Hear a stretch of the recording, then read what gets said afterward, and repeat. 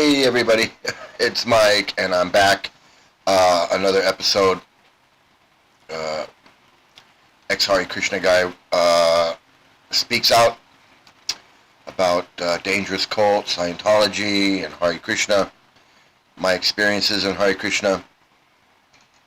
And I want to apologize for the sound. I'm working on getting some new microphones so I can get the sound up and going. But, I am new to the whole streaming thing, so I am, a little slow in getting all the best equipment, because of course I want nothing but the best. So but I'm not in the U.S. It's a little bit more difficult getting all the best equipment. So that being said, I do apologize if the sound is not up, if the sound is not the best it could be. Okay, I do apologize for that. I am working on it. But let's get into the intro.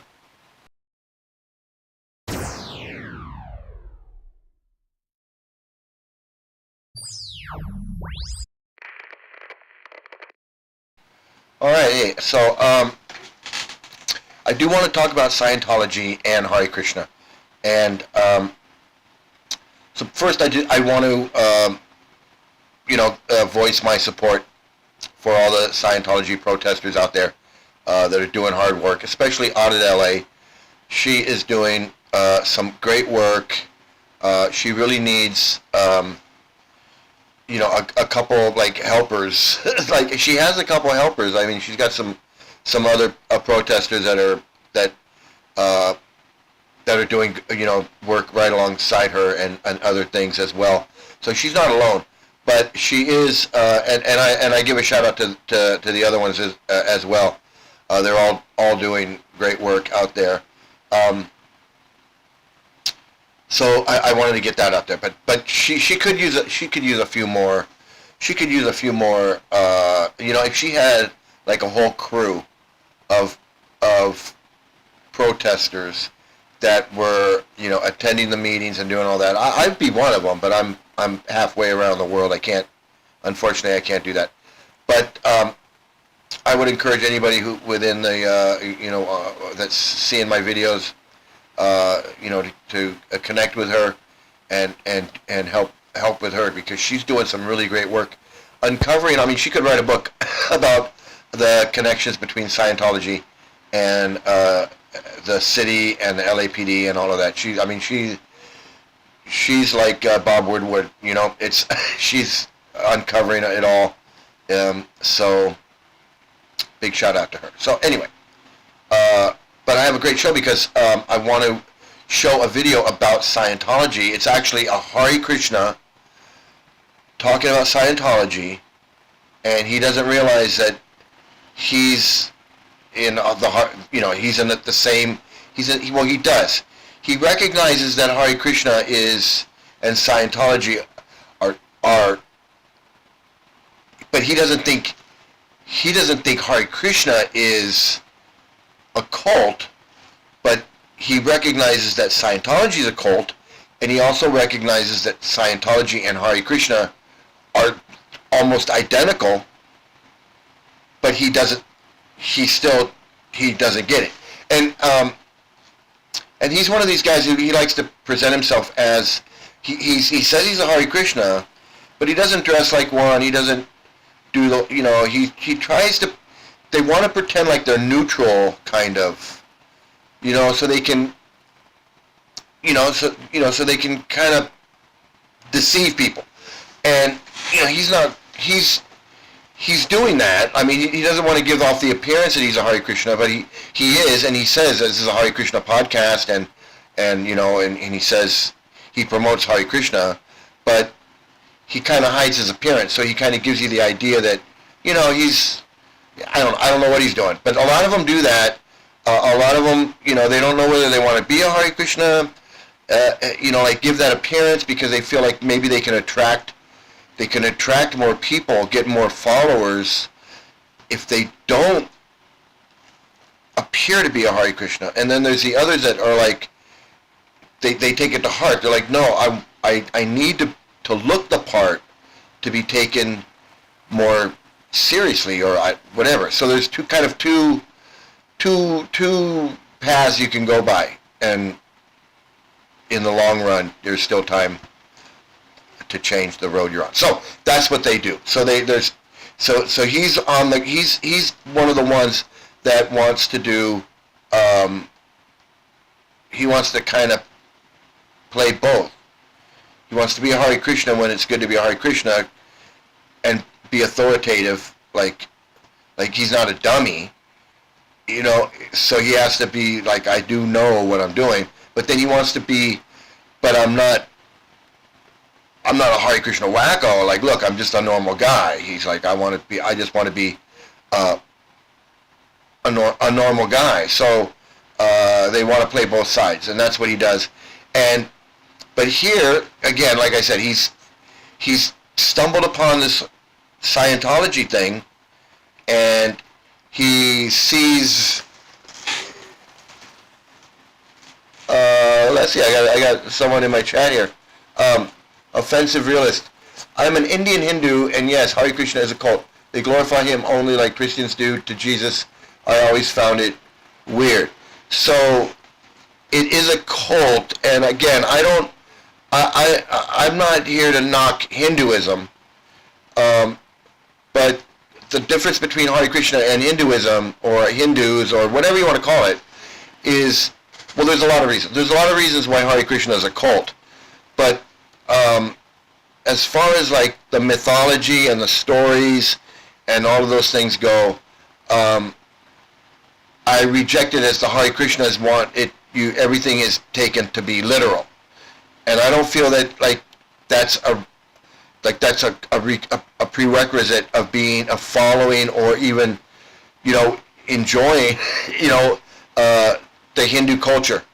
So I never want to speak bad about the Hindu culture, because I love it. I go to India and I enjoy music and the temples and all the so many different things. But I do not respect the Hare Krishnas and their cult and all the disgusting extremist views that they have, and the history and the abuse that they inflict on so many people, including myself, including my family. So I just want to make that clear.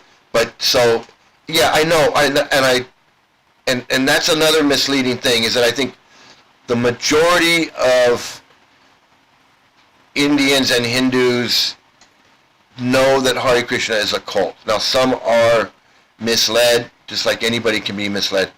But I think for the majority, what I didn't realize when I was in the Hare Krishnas was that so many Hindus and Indians do look at Hare Krishna as a crazy cult of white people that want to be Hindus.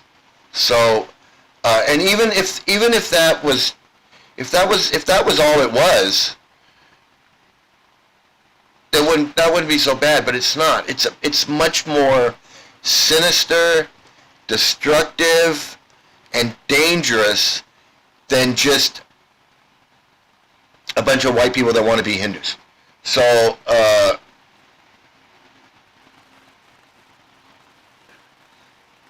well, you know, like,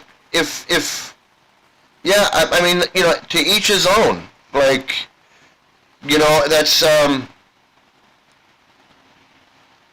if that's your understanding, everybody has their own understanding, you know, like, this Prabhupada guy had his own understanding, you know, but really what he wanted to do was he wanted to start or continue and grow this cult, this Chaitanya cult, this Hare Krishna cult, whatever you want to call it.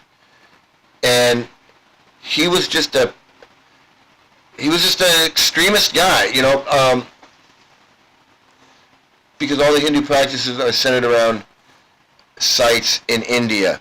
Well, yeah, but there's a lot of Hindus that travel around the world, and they continue to be Hindus in other parts of the world. So, yes, I understand that, and that's true, but there are Jews and Christians that live all over the world, and they don't, and they can still practice their religion wherever they are. And there are Hindus that live all over the world in all different countries. They open temples and they go and they worship and they do whatever. And that's just like there's any other religion all over the world. They can be, because people can live all over the world and still want to practice whatever religion they are.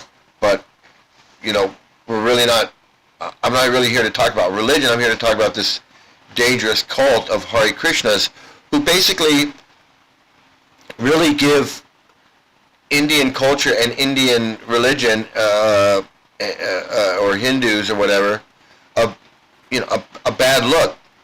People that don't know, people around the world that don't know, and their only contact is with Hare Krishnas and what they know about Hare Krishnas, and that's, Hare Krishna is not, it's, and that's another reason why I do these videos and I want to talk, because Hare Krishna is a dangerous, destructive cult. It's not some benign spiritual practice, some spiritual path, some world religion.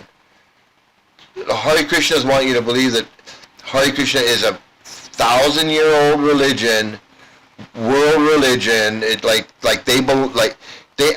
they want people to believe that they belong at the World Religious Conference or the Conference on Religions or so many different, like they belong at the table of the world's religions, and that they should be represented as if they were the same as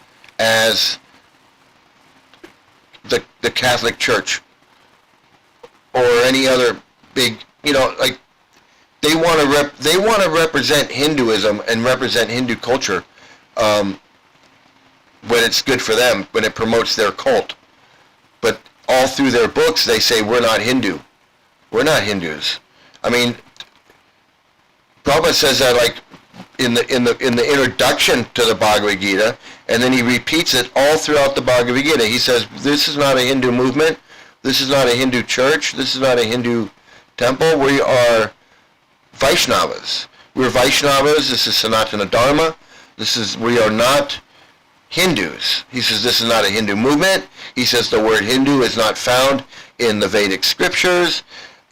He says all these things repeatedly because he was starting a cult. He didn't want to be seen as just another Hindu guru among a bunch of gurus. So he was the equivalent of Jim Jones or David Koresh or any other Reverend Moon, any other cult leader. He just happened to be Hindu, brought up in a Hindu Vaishnava family, and he started this or expanded on this cult that his guru and that guru's father created. Pretty much just created it out of thin air. Created this cult, and turned this Chaitanya into a god, turned him into an incarnation of Krishna, turned Krishna into whatever, and then just built on all this Hindu culture. Prabhupada invented this Vedic culture that never existed, and made it like it existed because it says so, that Lord Rama or whatever existed 250 million years ago and reigned in Satya Yuga or Treta Yuga or whatever Yuga, and Yugas are millions of billions of years. It's just, yeah, I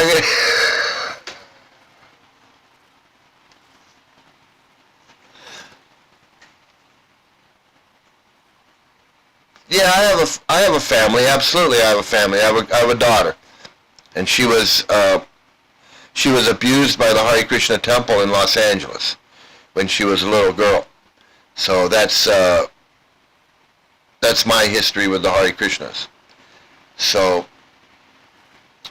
I know firsthand. I know firsthand everything about the Hare Krishnas. I was in it for 20 years. I was not a guru. I was not a sannyasi. But I was in it for 20 years, and I worked in a organization. I was on the board of directors of a splinter group in the Hare Krishna movement. We were a non-profit organization. We were printing our own books. We had our own web page. We had our own little temple association. No, I don't have any grandkids. No, I don't have any grandkids. So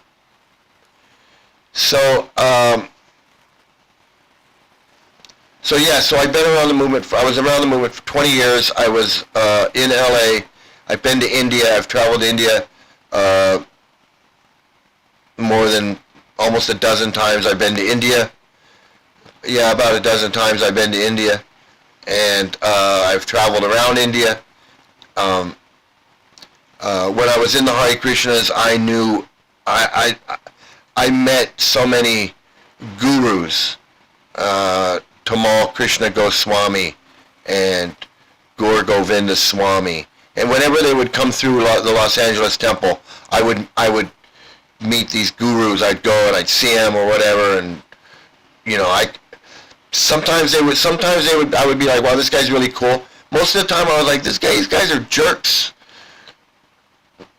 There was very few people in the temple that I actually said, wow, this guy is like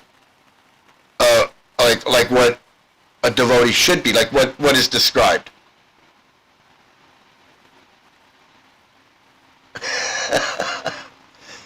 Since when I was in the LA temple, a lot of Indians were coming through the LA temple, almost like a revolving door. They would come in and they would be there for like 6 months, and then they would disappear, and a lot, and not just from India though. From wherever, like a lot were coming from South America. They would come into the temple, and they would show up at the temple, and they would be there for like 6 months, and then they would move on.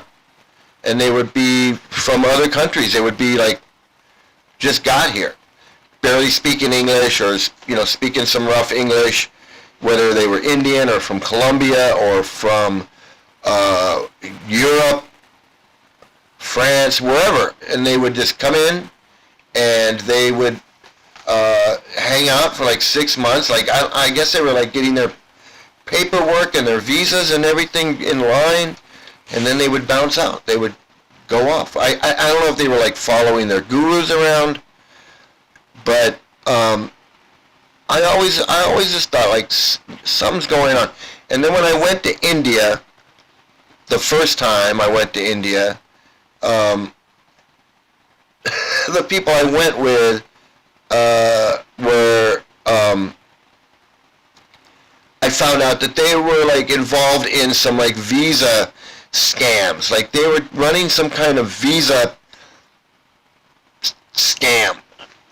I don't know what else to call it, but it just made me think, like, what are these? What kind of people are these Hare Krishnas that like I definitely wasn't like a perfect person.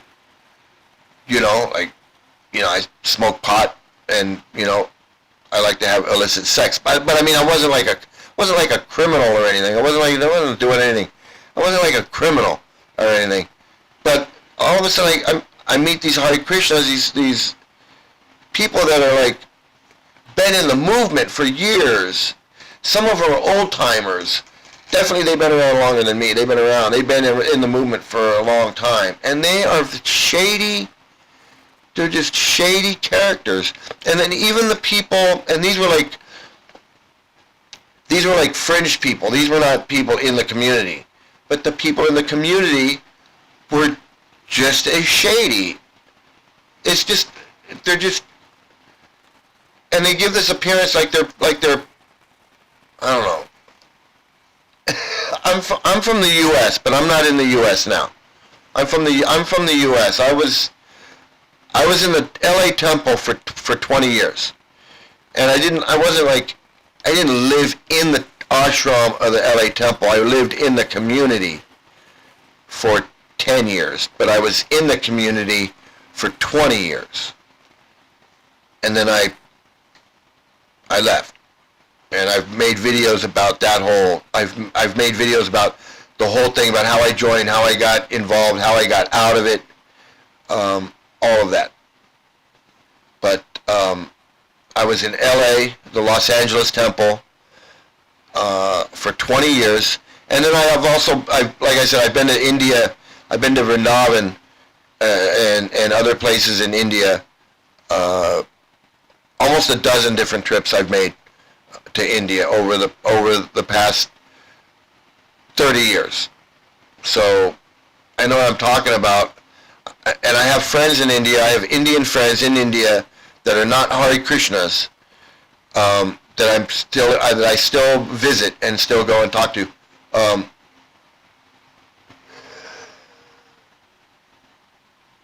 Whatever, I'm not getting into that.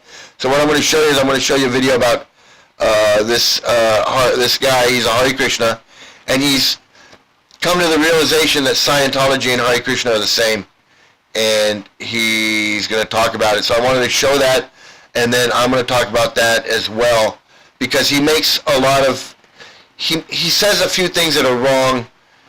I don't know if he's lying. He's probably just straight up lying, but I want to show you this video here. Let's see. Hare Krishna, everyone. I hope you're all well.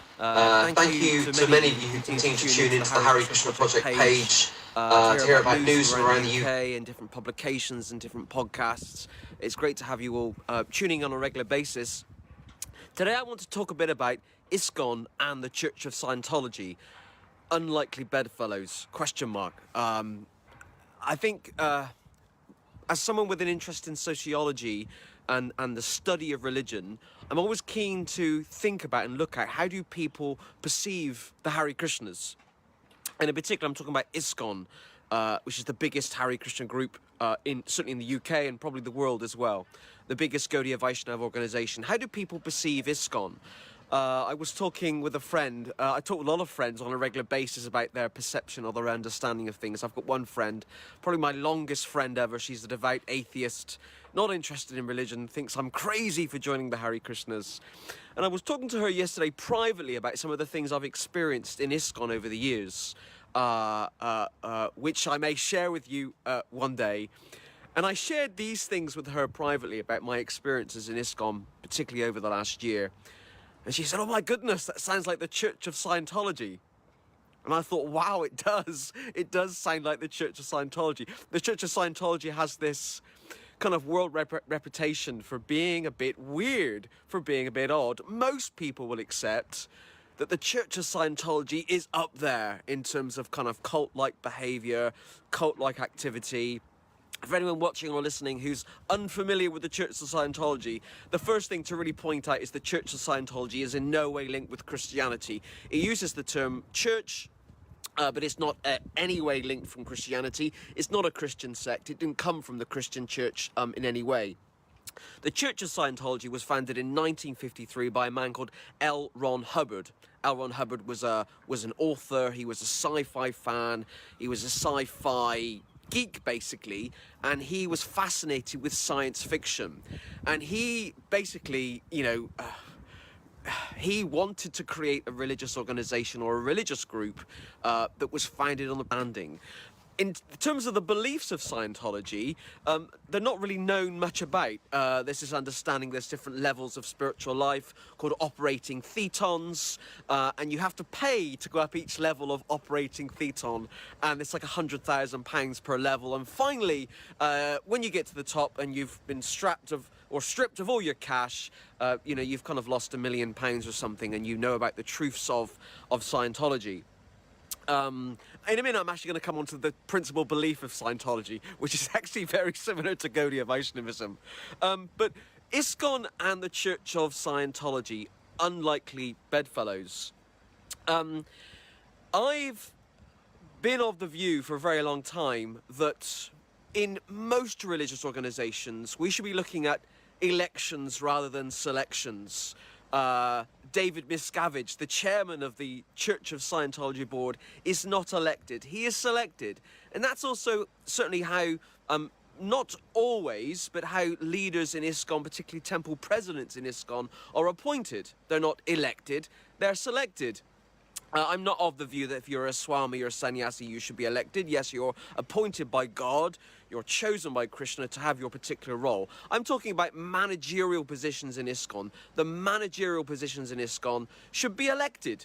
The membership of ISKCON broadly should elect or vote for those people, particularly when those people have salaries of £59,000, almost the same as an MP in the UK. So what do ISKCON and the Church of Scientology have in common? Well, they promote selection rather than election. Also, there's this idea about people that are outside of the organisation or people that are outside of the philosophy. There's this term that people use in ISKCON, I've not heard it in other mats, called Mayavadi. So Mayavadi is someone who might be following a Mayavadi philosophy. Karmi is another term. I don't like the word Karmi. It's about people that are not followers of Krishna, and they're seen as people that are outside the group or outside the collection of devotees.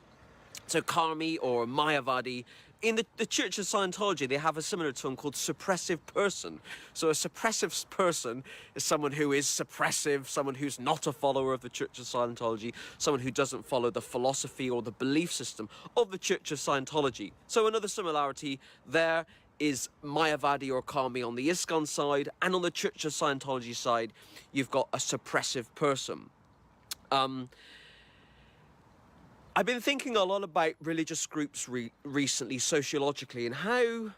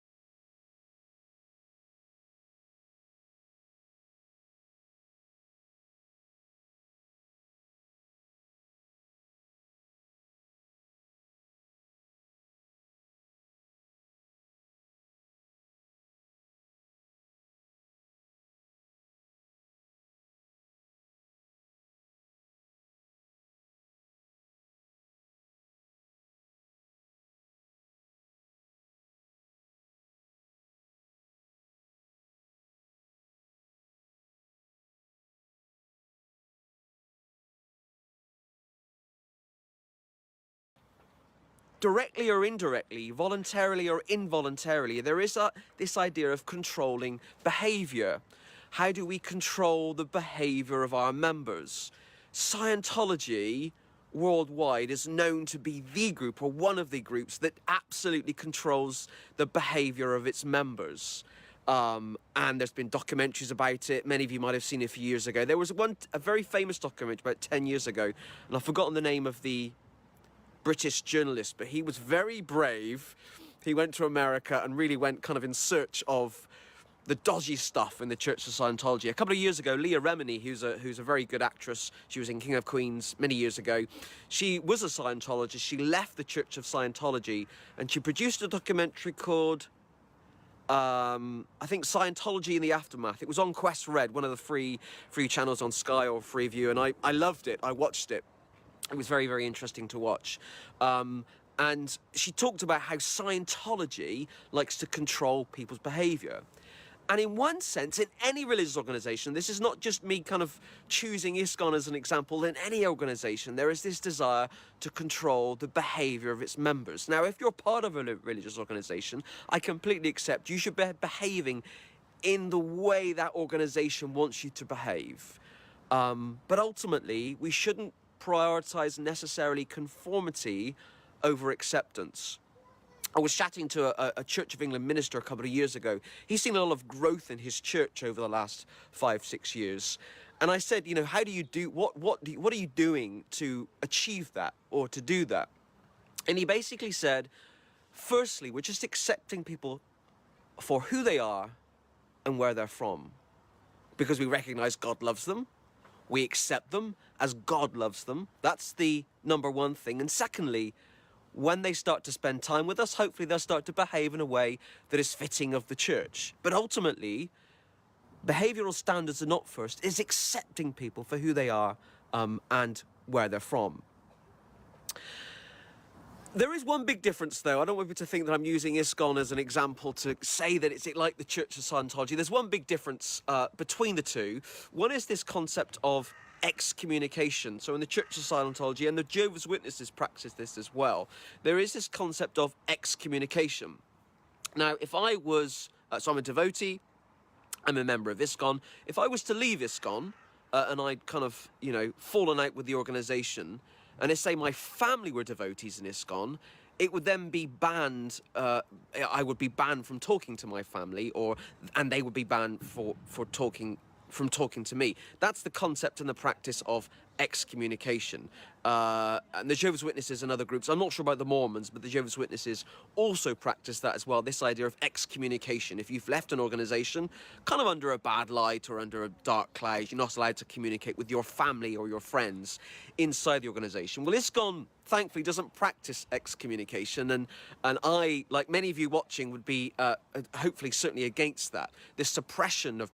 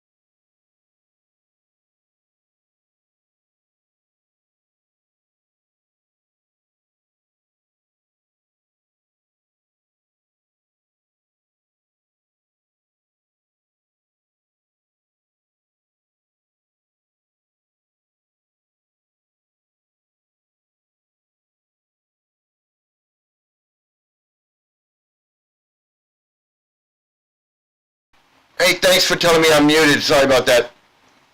So this guy's totally lying about all what he was saying. Okay, he's like, excommunication is not a thing. Excommunication is totally a thing in the Hare Krishnas. You can't be in the Hare Krishnas and be associating with other people, be doing whatever you want and associate with other people. I was in the Hare Krishnas. I was living with my mother and my daughter, not in the community, and she was in the day school. And I used to get crap all the time from her teacher about living with my mom and dad who were not Hare Krishnas. I was constantly hearing about how it was not right to be in a house where they were cooking meat. They were doing all these things. They're not following rules. They're not Hare Krishnas. I'm bringing up my daughter in a house where that's not a devotional house. I was hearing that all the time, and I was just like, look, this is where I live. This is what we're doing. And it was not, the only thing that they didn't have complete control over me because I was not initiated by a guru. If I had been initiated by a guru, then that guru would have had control over me. He would have been able to tell me exactly what to do and where to live, where to go, what to do. And if I had said no, refused anything that the guru tells you to do, Sri Dayananda Swami or Jayadvaita Swami or any of these goofy ass swamis, if anyone had if I was initiated under one of them, they could have told me, no, you're not getting married, no, you're not going to do that, I want you to live here, I want you to go there, I want you to do that. And then if you refuse, they excommunicate you. You can be kicked out. You can be kicked out and banned from the Hare Krishna temple. This guy is not telling the truth at all. That's the difference between Scientology and Hare Krishna. So Scientology is run like a business. They've got paperwork, they've got all these rules, and they've got declarations, and it's like a business. It's like they write you up, and then you got to go through training, and you got to go through this, and you got to go through that, and then you got to go through auditing, and then you got to be. It's like a business. It's like you're in this corporation, and you got to follow all these rules, and you got to do all these things, and Hare Krishna is different than that. Hare Krishna is like a spiritual. Hare Krishna is actually like a church. It's actually like a spiritual organization, but it's a scam. So that's the difference. It's a scam just like Scientology is a scam. But it's actually actually like it can actually be like a religious or a meditation type practice. If you wanted to do all the things that the Hare Krishnas want you to do, you can do those things. You can get up at 4 o'clock in the morning and say your prayers, and then meditate and chant if you want, and then read your books if you want, and then go on with your life and do whatever. You don't have to have a guru that's telling you whether you can get married, whether you can live here or live there, what you can, all these rules and things, and tell you and control your life to that point, to where your family is in danger, where your kids are in danger, where they want you to put your kids, you know what, the guru says, you know what, I want you to put your kids in the school so you can travel with me and be my assistant or be my whatever. Or I want you to put your kids in the school, so I want you to move to India so you can put your kids in the school and they can go to you.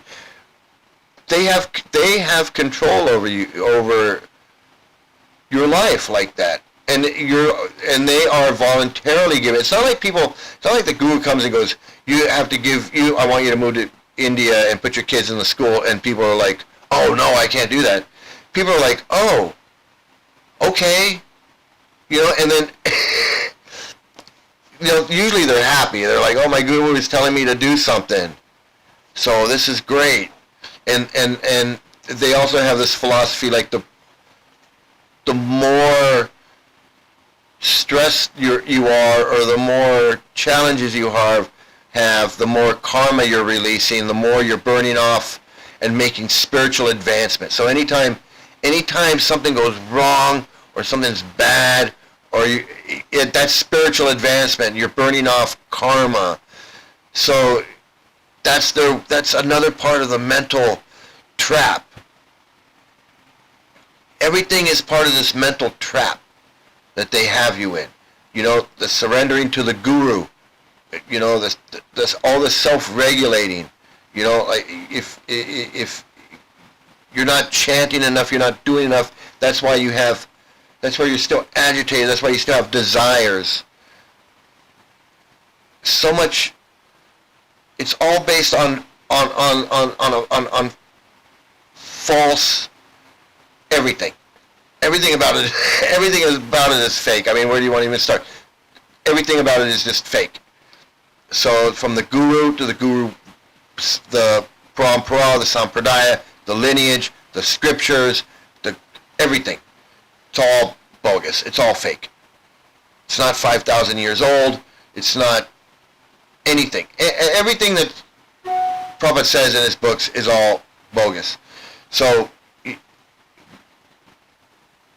it's like a house of cards. It's like a house of cards, and once you pull the card out at the bottom where, hey, it's all he's lying about everything, then everything falls apart. Everything falls apart, and you're just back to square one again. So, but as usual, I got excited and I got off point. But the excommunication. He's making all these connections with Scientology and Hare Krishna, and he knows good and well that Hare Krishnas, if you just ask the wrong questions in a lecture, if you raise your hand and ask the wrong question and say, hey, you know, I think Prabhupada is wrong when he says women are less intelligent, that's a showstopper. Okay, that's a showstopper, and I can't even fathom what would happen if somebody said that. They would probably be laughed at, and then they would be ridiculed and humiliated, and they would probably end up just getting up and walking out, because it's like it would be like that scene. It would be like that scene in Cuckoo's Nest when they're all fighting over the cigarettes and everyone's fighting over the guy, you know, and they're all going nuts at one time, and it's like they're all having their episode, and they're all out of control. That's what Hare Krishnas are when you challenge them and their guru or anything. They blow a top. It's like that's when it comes out. You're a Mayavadi. You're a rascal. You're a rascal. You're a Mayavadi. You're offensive. You know, it gets to the point where, you know, like I was saying on another video, if you're offensive and you make offenses, they got a rule for that. They got a scripture for that. If someone offends the guru in front of you, you have to either kill them, rip their tongue out, or you have to walk away. So they do give you the option. They do give you the option to walk away. So, but that just shows you what their intent is. If you offend the guru, is I have the right to kill you. That's why when I challenged them, when I was leaving the Hare Krishnas and I was challenging this group that I was in, they in their minds think that they have the right to kill somebody. If you offend my guru, I have the right to either kill you, rip your tongue out, or I can walk away. And they don't want to walk away. They will walk away because the law says you can't rip someone's tongue out and you can't kill them. But that's not what they want to do. They're only being peaceful because they have to, because they don't want to go to jail. But some of them will go to jail. Some of them will go to jail. Some of them they kill each other. They've killed the people. Hare Krishnas have killed each other because somebody offended the guru and somebody was nuts and said, I have to kill this guy now. Or another guru says, go kill that guy. Because they'll do it. That's how dangerous this cult is. They got a scripture and a verse for everything, for every horrible, disgusting thing that they have and believe. They got a verse for it, and they can justify it. Women are less intelligent because their brains are smaller. Women are less intelligent and they like to be raped because they're 9 times lustier than men, because it says so in the scripture that women are 9 times lustier than men.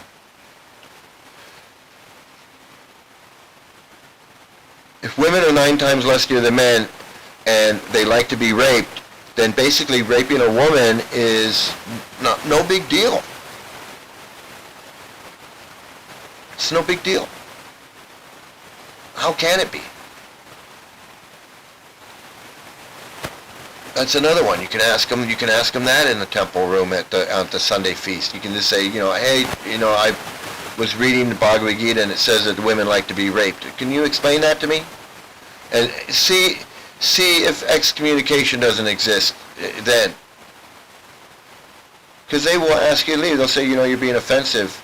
What are you trying to say? They don't want to be challenged on these things. As soon as I challenged them, I got death threats. Maybe we should come down and settle this man to man. Maybe I should meet you out in front of the temple. Maybe I should meet you behind the temple, or whatever the hell they were saying. Because they feel that they have a right to inflict violence on anyone who offends their guru or their book or their, just like what other religion feels that way? Does it sound like another religion that says don't offend our guy? Don't draw a picture of him. If you draw a cartoon of him, we'll get mad. We'll blow up your building if you publish a picture of our prophet, or if you do anything to our book, we'll blow up your building. We'll blow up your newspaper. Doesn't that sound familiar? Doesn't it sound like another religion? Yeah. Now that you think about it, Mike, now that you think about it, it does sound like another religion. There's another religion that says if you make fun of, or not even make fun of, just don't even draw. Don't even draw a picture, cartoon or not. Draw a picture of a certain religion, founder of a certain religion. Draw a picture of him, put it in the New York Times or whatever, and see what happens. See what happens, right? We all know what would happen. Well, the Hare Krishnas have the same philosophy. They have the same exact philosophy. You draw a picture of Prabhupada and make fun of him and put it on the front of the New York Times. See what happens. They ain't going to go for that. Then I don't think they'll blow up. I don't know. I can't. You know what? I can't say. I can't. I can't say what they would do. But they would. Like you can draw a picture. You can draw a picture of the Pope and put it in a newspaper. Make a cartoon of the Pope holding a fish or something. Some people might get mad. I mean, like the she ripped up the picture of the Pope on TV, and people were like, "Oh, you can't do that." Did they blow up the building? Did anybody set off a bomb in Rockefeller Center or No.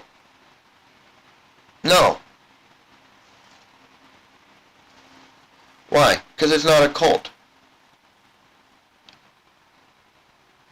She ripped up a picture of the Pope, Sinead O'Connor ripped up the picture of the Pope on TV, and everybody was like, "Oh, you can't do that." But did anybody blow up anything? Did anybody go shoot up newspaper place or a TV studio or... No. It's not a cult. But you got a guy in LA, he writes a book about the Hare Krishnas, and they send a guy out to kill him, and they kill him. They shoot him right in his van. In a heartbeat. They hear that he's writing a book and he's going to release this book that totally blows the lid on the Hare Krishnas, and they send out a guy to kill him right away. Because they don't have a problem doing that. They don't have a problem doing that.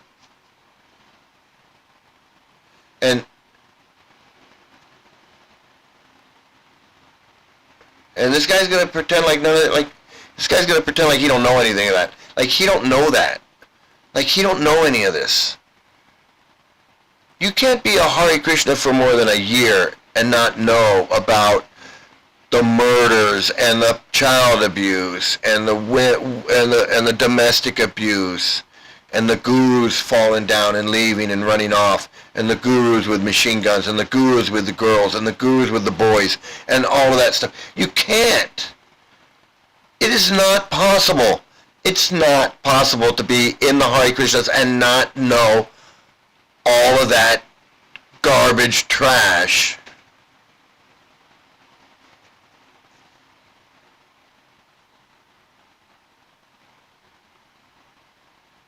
People or banning of people. Trying to ban people's behaviour is not acceptable. So, ISKCON and the Church of Scientology, unlikely bedfellows? Well, hopefully not. There are similarities between the two organisations, and ISKCON really needs to look at how the world perceives it to be, in order so the world doesn't perceive us to be like the Church of Scientology. There is one crucial thing, actually, that both organisations have in common in a positive way. I want people to take something positive away from this update that I'm giving, this little talk that I'm giving to you. I remember one guy, he was the spokesperson for the Church of Scientology. He was on an American TV show about 2 years ago. And he was being very nice and very friendly, and, you know, he had a smart tie and slick hair. Mine's a bit messy today. And the woman just said to him, look, what do Scientologists actually believe? What is the central teaching of Scientology? And he just said basically, we're not the body, we're eternal spiritual beings. And I was like, wow, that's the essence of Gaudiya Vaishnavism, Bhakti Yoga, Krishna Cult. So, you know, they want to say, well, that's the basic teaching, but you know, if that was the basic teaching, and that's all there, and basically, you know, and that's nice. Okay, we're all spiritual beings, and you know, we're not the body, but we're spiritual beings. So why all this other stuff? Why all this other stuff? Why all the auditing? Why all this stuff? Why so much stuff? Basically, you can say that in any religion, really. You know, but I don't want to get into the whole religion thing, because I see religion as like you know, it's a hobby, it's a personal hobby, as long as it's just a religion. And the main difference between a religion and a cult, because I know a lot of people are going to go, well, aren't they all cults? Aren't all religions cults? Well, no, because a religion, it is a group of people that share similar thoughts, similar ideas, and similar beliefs. But the difference is that when you join a church, usually 99 times out of 100 times, when you're joining a church, or you're going to a church, or attending a church, you don't have to change anything about your life. You just go to church. You don't have to stop doing anything. You don't have to change anything. You don't have to dress differently. You don't have to do anything with your hair differently. You don't have to wear anything differently. You don't have to stop associating with anybody that you were associating with before. You don't have to change your diet. You don't have to change anything. You just go to church. That's the difference. So the more the church wants you to change from who you were before you joined the church to who you are in the church, the more the church wants you to change, and the more it's becoming more like a cult. And the more the change is, the more radical the change, the more culty it is. And the other thing is, the cult is almost always going to have this leader, this charismatic leader, either living or dead, who is going to have full control over your life, and you have no question. You have no say, you can't question it. And it's different than the Pope. The Pope is a symbol of the church. He's the leader. He makes decisions for the church as far as church policy, but he doesn't affect someone's life in their house on this. Like, my mom and dad were Catholic. I was brought up Catholic, but the Pope did not affect my mother's life in any way. She didn't have to stop smoking. She didn't have to stop drinking. She didn't have to do anything that made her different than anybody else. But to be a Hare Krishna, you're completely different. You're so different that you look different, you act different, you talk different. Everything you do is different. Where most people most people are getting up, 6 or 7, 8 o'clock in the morning to go to work.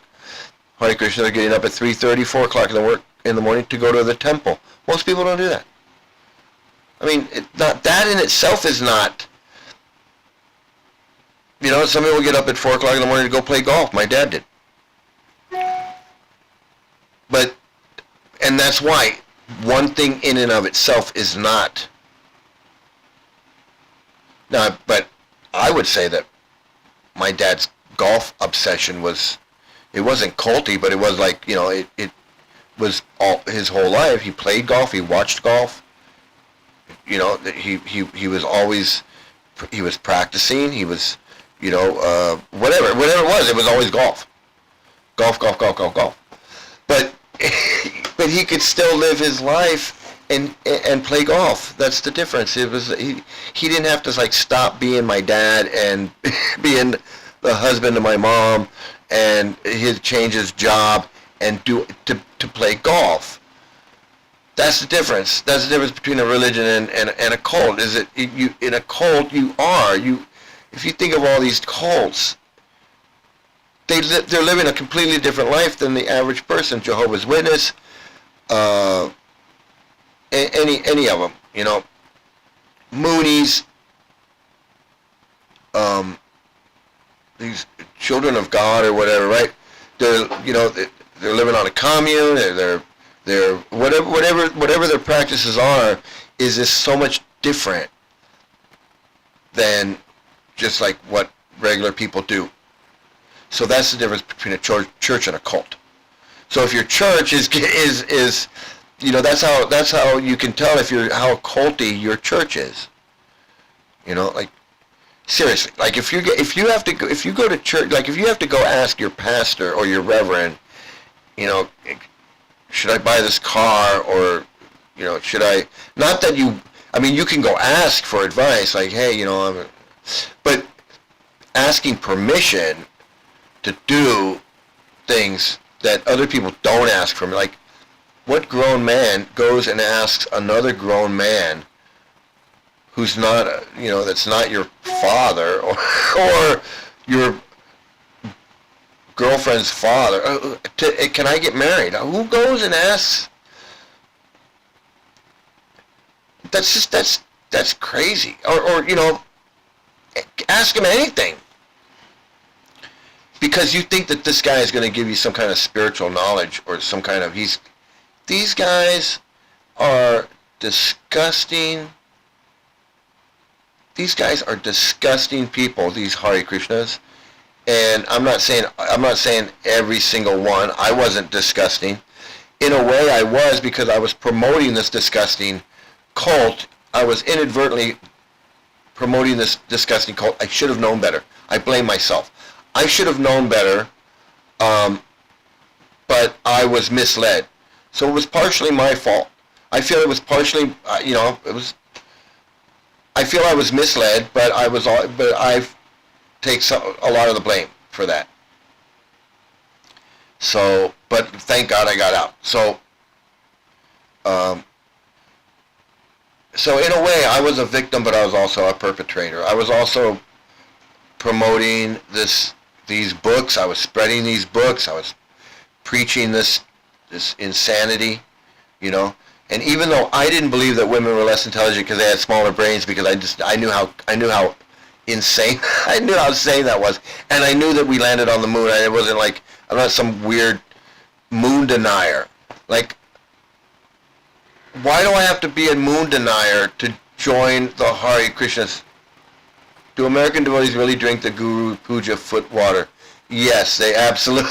Yes, they absolutely do. They absolutely do. I never did. No, but they do. I've seen them do. Yes, they absolutely do. So, but anyway, yeah, these guys are absolutely disgusting. But I want to go back. I want to show a little bit more of this video of what some of these kids went through. Now, a lot of this is really difficult to watch. It's difficult for me to watch because it's these adults who grew up in the movement, and they're talking about what they experienced in this movement. And the reason why it's difficult for me to watch is because I know that it's still going on.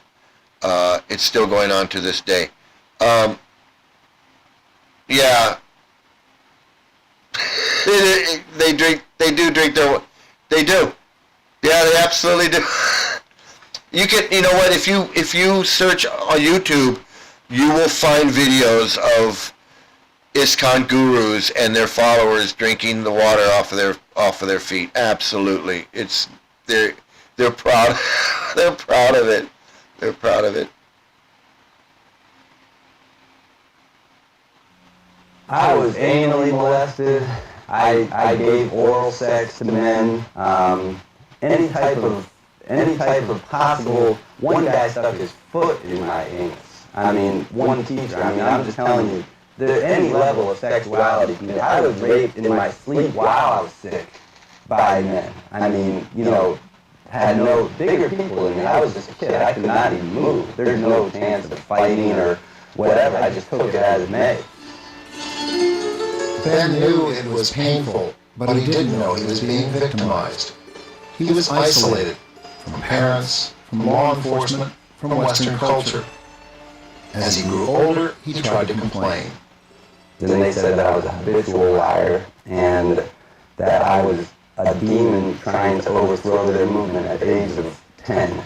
They said that I was just a bad kid. And in reality, I was a kid that was dying. Nirmal had been suffering for years. When he was 6, he spent 3 lonely months in a hospital after falling into a vat of boiling milk at this Krishna boarding school in France. No follow-up care. Never got to the doctor, looked at my lungs again after that. Deeply depressed, Nirmal considered suicide.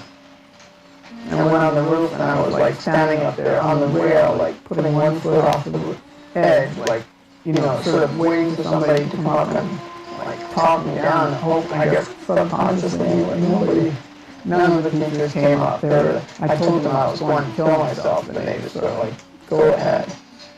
It only served to make Nirmal angrier. Yet by the mid-1980s, the little boys who had been such easy targets were growing up.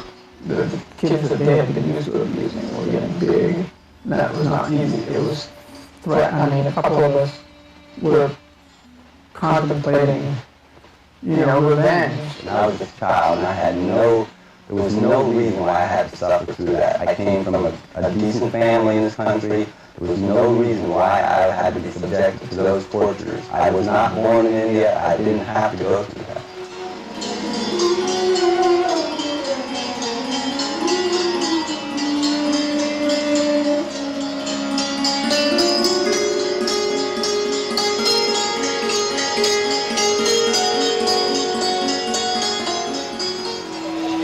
mid-1990s, the top brass in ISKCON dropped their curtain of silence and openly confronted the mounting charges of abuse.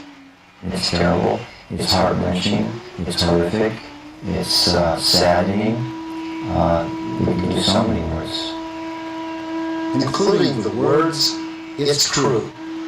Unfortunately, many individuals affiliated with our organization at that time abused children.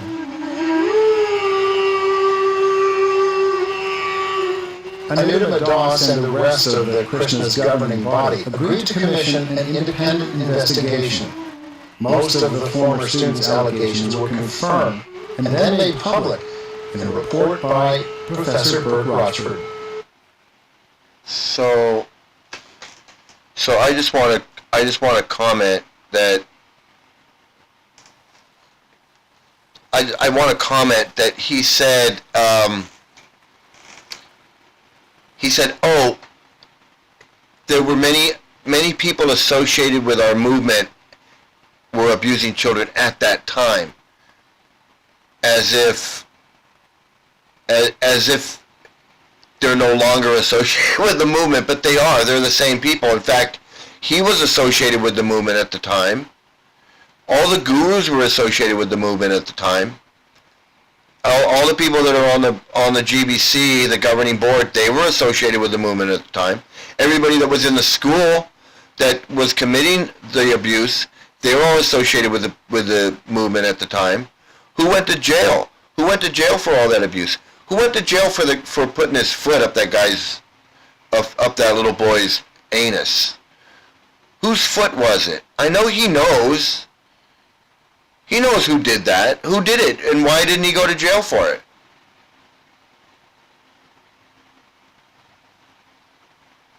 Little kid was going to jump off the roof of the building. That young man actually passed away because something happened to him. He had a horrible life, okay? He was born in the Hare Krishnas. He was abused. His father was the head of education. His father was one of the heads of the school. I don't know what his father did, but his kid was abused, and then something happened to his kid. He fell off. Something happened to his neck or something, and he was disabled. And he passed away, I believe. I believe he passed away when I was still in the Hare Krishna. So it's been a long time. But he was born in the movement. He was abused in the movement, and then he had an accident or something, and he was and then he was disabled in the movement, and then I think he due to his disability or something, I believe he did pass away. That's what he went through in the Hare Krishnas. And then the other boy, he said every possible sexual thing happened to him. I mean, and he's not the only one. That was common. I've heard so many of those stories, just like what that kid said, what that man said. Oral sex, anal sex, sex in his bed when he was asleep. And then the growing up and them saying that you're a troubled kid, you're a bad kid, you're a liar, you're this, you're that. And that's when the beating would start. They'd start beating these kids. Because the kids were fighting back. Some of the kids were fighting back, and they were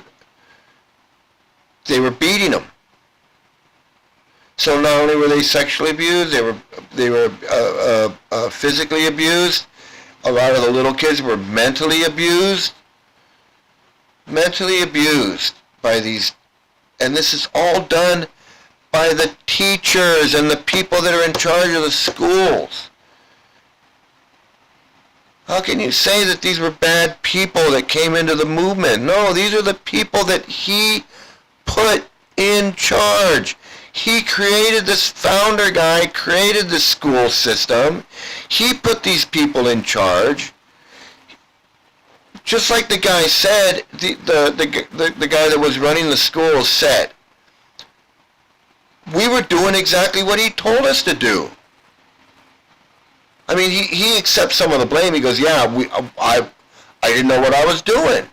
I was doing what he told me to do. It was wrong. I was wrong. He was wrong. We were all wrong. But the cult doesn't want to. The cult says no. The cult says no. He wasn't wrong. They say you're wrong. They blame that guy. They blame that guy's father, who was the head of the education in ISKCON. They blame that guy's father for everything because he was in charge of the schools. And when they took him to court, he testified. He said, I was just doing what I was told to do. I was running the school the way I was told to run it. Not that he was told to abuse it, but he was just saying, I didn't create the school system. I didn't put the teachers in charge. I didn't make the plan. I didn't make the curriculum. I didn't do any of that. That was all done by the founder. He's the one who wanted the kids up at 4 o'clock and 3:30 in the morning. He's the one who said they should eat half a banana and 4 peanuts and a cookie. He's the one who said that they should do this and do that. We were just following the plan.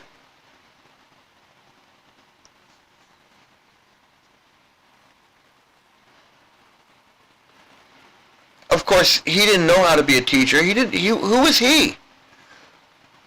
And that's what I'm saying, and that's what I'm saying. You gotta put the blame on where the blame belongs. This is founder guy. He was doing anything he could to create a cult. He wanted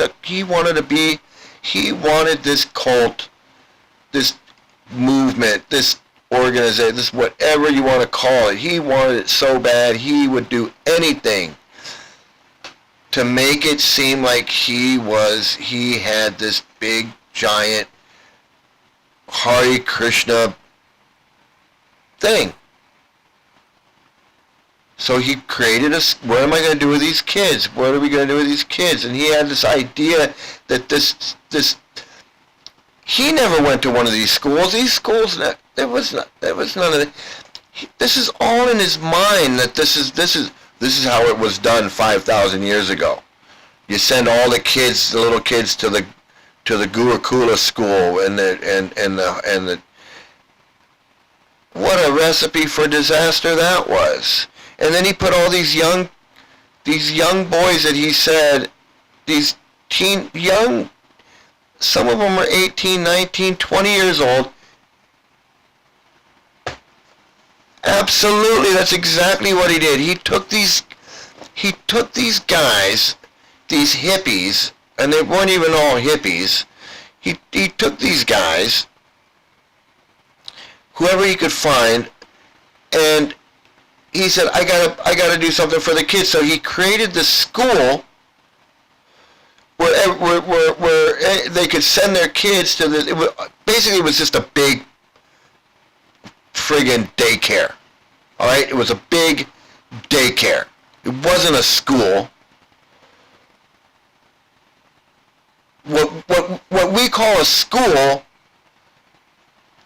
When you say school, you think of a school. This was not a school. They call it a school, but it's not what we normal people call a school. This was a big daycare. It was a Hare Krishna daycare, boarding school, live-in daycare with a bunch of young men, boys, men, 18, 19, 20-year-old men who he told, you can't be around women, you can't associate with women, sex is bad, women are less intelligent, women are stupid, women are just there to to agitate your genitals. So stay away from women. So here, go take care of all these little boys.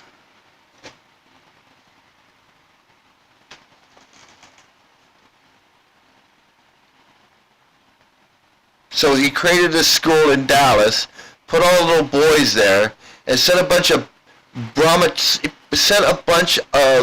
19 and 20-year-old men, boys, to be teachers in this big daycare with toddlers and whatever, while the parents ran off to go play Hare Krishna, to go cosplay as a 16th century Bengali running around selling these stupid books.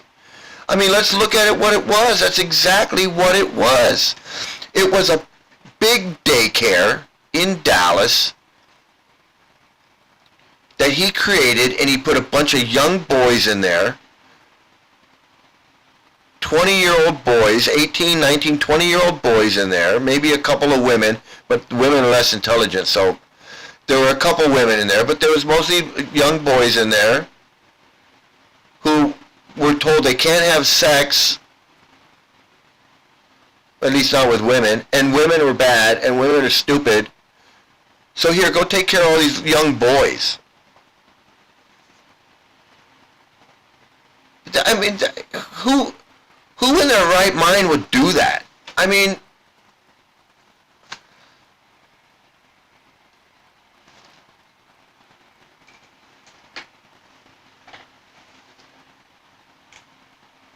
so of course, so he builds a school in India, and then when the abuse is so bad in America, finally the authorities come in and they end up having to close down these schools. So they just opened up schools in India. We'll just move the abuse factory over to India, and that's why this little kid is going. He's going, and I feel so bad for this little kid. He's not a little kid, he's a grown man. I feel so bad for him. He says, I was born in America, in a good family. Why am I in this concentration camp in India, being abused with some guy's foot up my ass? Like, what did I do?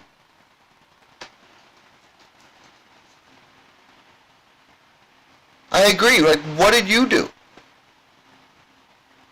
to deserve that? Like,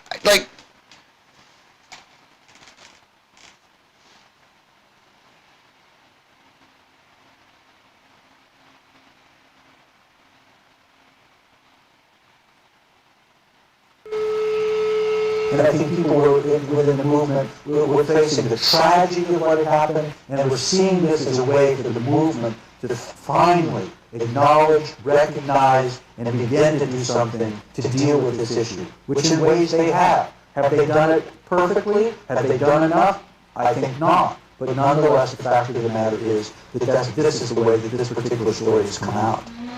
And I suspect that there are very few people in the United States and throughout the world that haven't picked up the newspaper and have read about, in their own countries, about a particular church or a particular denomination where there has been allegations of child molestation on the part of priests or other clergy. That's something that is more commonplace than I think people would want to admit. Again, I'm going to repeat it again. They have this false idea, and they told me, I heard it when my daughter was molested at the Hare Krishna temple. They told me, they said, hey, this can happen anywhere. It can happen anywhere. It can happen in public school. It can happen Catholic church. It can happen at the library. It can happen at Disneyland. It can happen anywhere. But the difference is, if it happens at Disneyland, if it happens at the library, if it happens in the Catholic Church, we call the authorities. We call the police. and we catch the guy, and he goes to court. He goes, and he can, and a lot of times they go to jail.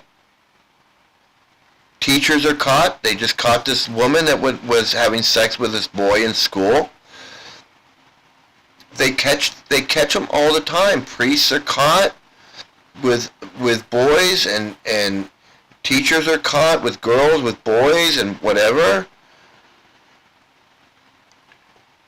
People molest people on the street. They're caught. There was a guy in Venice Beach that was molesting women, assaulting them. He got caught. He's in jail. He not only did he assault them, he almost killed one.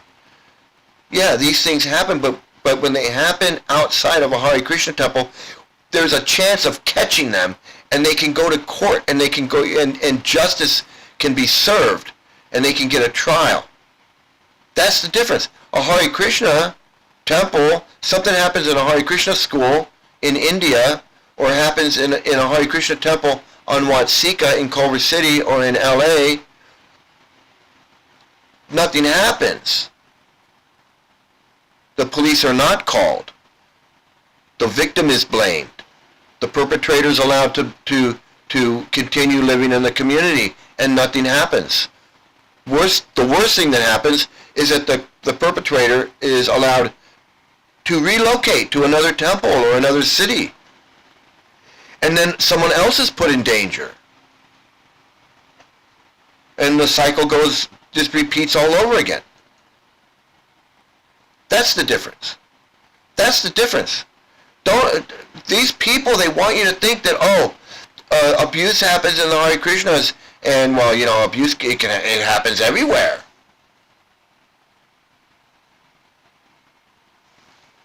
Yeah, it happens everywhere, but when it happens somewhere else, first of all, the chances of it the crime rate, just like the regular public crime rate in, like, let's say, like in a city of like Los Angeles, the crime rate is at a certain rate, 8%, 22%. I don't know what it is. I don't know what the crime rate is. There's a national average, a state, city average crime rate. We know what that is. We go, okay, per 100,000 people, it's 5% or 10% or 20%, whatever it is. People out of 100,000 people, 1,000 people get mugged, or 100 people are women or assaulted, or 10 kids, or whatever that crime rate is. Now in the Hare Krishnas, first of all, we don't know what the crime rate is in the Hare Krishnas because they don't report their crimes. They don't report. They keep, everything is done in-house. They have their own child protection organization. They have their own women's thing where they take care of domestic abuse, and a child thing where they take care of. They keep it all in-house. So there is no crime rate. We don't know what the crime rate is in the Hare Krishnas. But I know, because I was in it. I was one. I know what the crime rate. The crime rate is through the roof compared to the regular crime rate. If the regular crime rate in Los Angeles, the city of Los Angeles, let's say it's 10%. Let's say 10 people out of 100, experience a crime in LA. In the Hare Krishnas, it's like, I would say it's probably like 70%. Like 7 out of 10 people. Or 70 out of 100 people, or whatever. It's crazy. And you go, I don't know, people are out there on mic, there's no way. No, there is a way. Believe me. All the mental abuse, the physical abuse, the domestic abuse, the child abuse.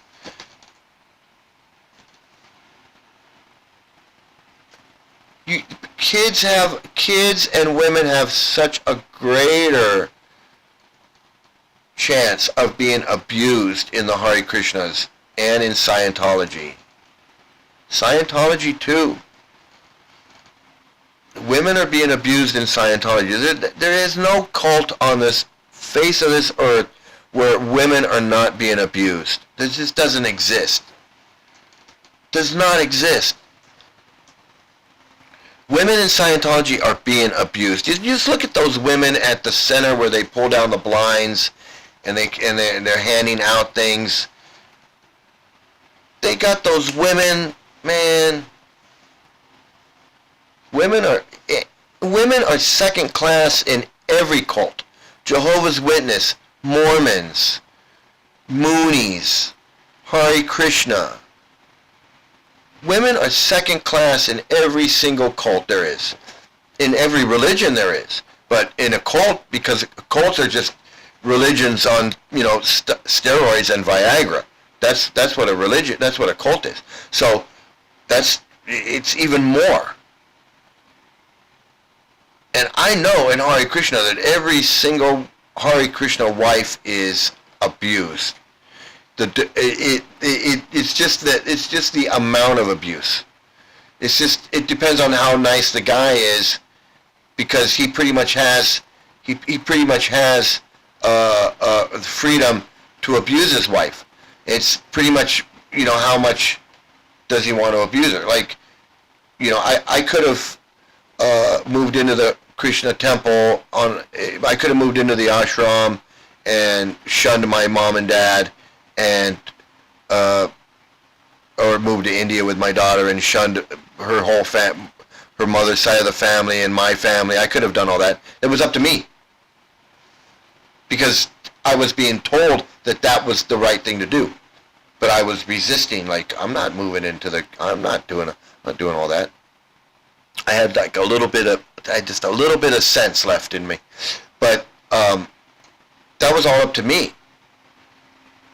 So these women that are in this movement, I know what they're going through. I know what they're going through. I've seen them. I know. I've seen it in action right there on Watsika Avenue, and in India. India is another world. I don't even want to. I don't even want to go there, because that's a whole other world. But in America, in LA, on Watsika Avenue, I seen it all. And the kicker was this guy and his young wife, this old man, older than me, 70-year-old man with his teenage wife, when all the Hare Krishna books and everything says, not to do that. And this guy, and he's on like wife number 9. He's on wife number 9. She's like 8. I don't know. She's pretty young. She was younger than his daughter. His daughter was young. Anyway, the whole time that I am living in the community, because they lived in the community too, so we were like neighbors. We weren't literally neighbors, but we were kind of like neighbors. And she would always talk about her husband like he was just the greatest thing in the world. She would write these long emails and these essays and all of these things about Krishna, about Hare Krishna and her husband, and how her husband was just the perfect example of a husband, and he was the perfect example of a Hare Krishna, and he was an old-time devotee from way back. He knew the founder. He was tight with the founder. He was crazy, but he knew the founder, and and he married this young girl, and she was a Hare Krishna, and I don't know. She was just as crazy as him. But she was always just talking about what a great husband he was, and he was just so this, and he was so that, blah, blah, blah. And then, of course, and I knew this was going to happen one day, because I just knew it, and this happened after I left. This happened right after I left. Maybe, it was early on after I left, because I was still checking the web pages, I was still getting emails, I was still still involved in like the news of the Hare Krishna movement. So it was probably within the first year that I left, she comes out and starts claiming that her husband had been abusing her the whole time. And she's like, yeah, I didn't want to say anything, but he's been abusive. Finally, I had to leave. I had to take the baby. They had a baby. So she had to leave with the baby because he was abusive, and he was, and she was talking about how she would have to put makeup on to cover up the bruises, and she was afraid that he was going to do something to the babe, that, that may, he would get violent, and maybe something would happen to the baby, and just going on and on with these stories about how, and he already had a history of that. Like, that was not shocking, because we already knew that he'd done that in the past. But what was shocking to me was the whole time he's abusing her, she's just flat out lying about everything about him, about how great he was and how gentle he was and how he was this and that. And I remember just reading these emails that she would write about him, and I would just think,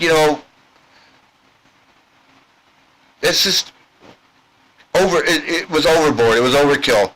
And now I can see why. I mean, she was... But that's how these Hare Krishnas are.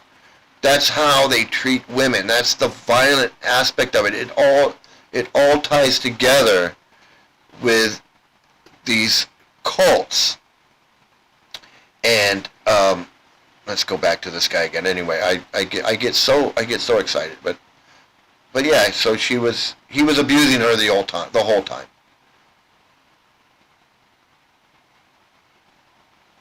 And no one should think, because I'm not Catholic, or I'm not Hare Krishna, or I'm not Native American, that my kids are at risk, or this can't happen in my institution, because everybody's at risk, and everybody should be very, very, very careful.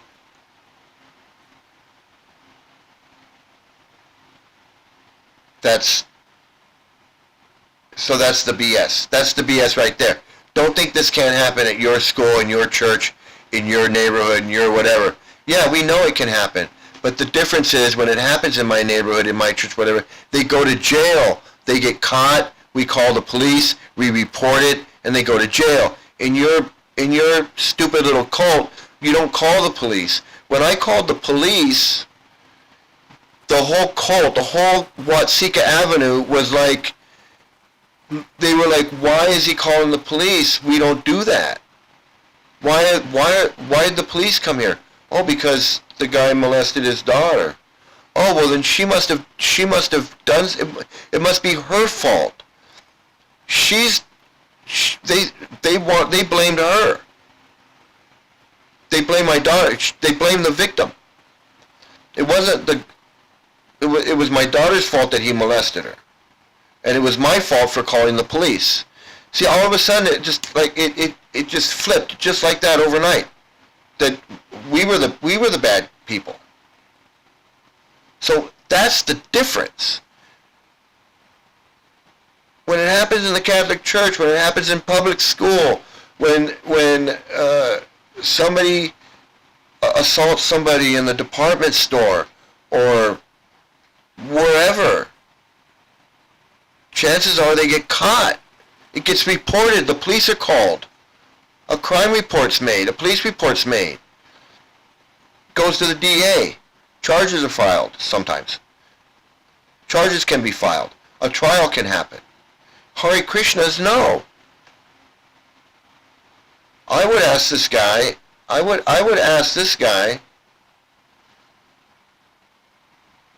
who went to jail? Who's gone to jail?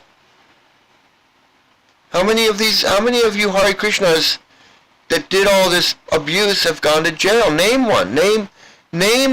I can look up on Google and I can give you names of Catholic priests that have been convicted and have been defrocked and gone to jail. I can name teachers who have molested kids in school. I can look that up and give you names of teachers that have been convicted of sex with their students and gone to jail for that. I can give you names of serial rapists and child molesters who have been caught and been brought to justice and gone to jail. That happens. But in the Hare Krishna, in this guy's cult, that doesn't happen.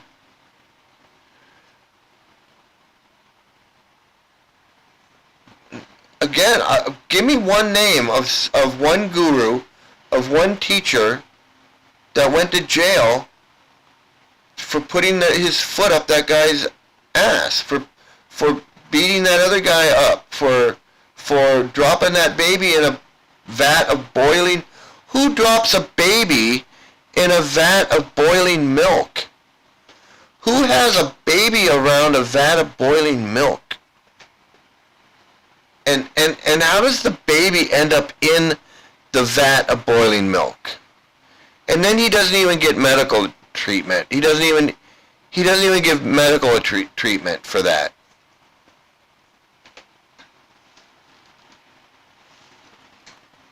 And the kid that got abused with his, assaulted with feet, did he ever get any therapy for that?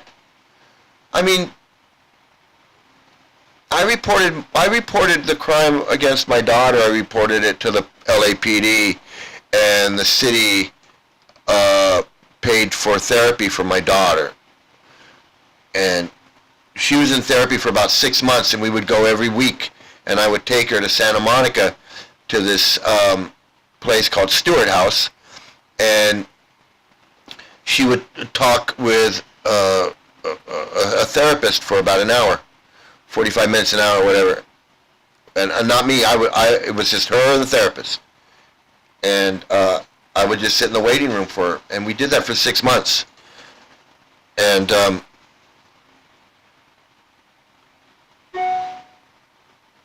that's what happens when you report a crime that's what happens when you report a crime.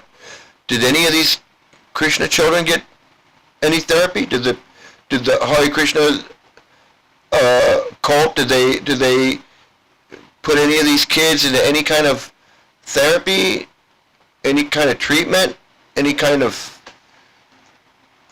anything? Did they do anything for them? Did anybody go to jail for it?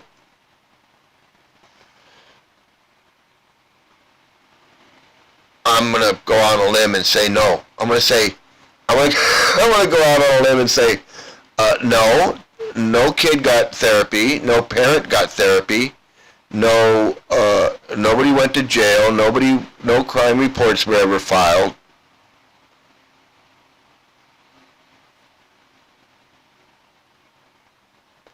So,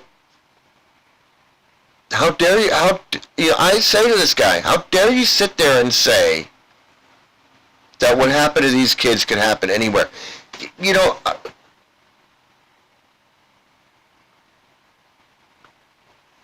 How dare he say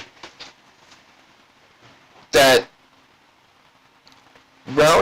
taking these kids and shipping them to a boarding school that was like a concentration camp for little kids, where these little kids, these toddler kids, these little kids were being abused, repeatedly abused, and had no recourse. They had nowhere to go. They had no parents to tell.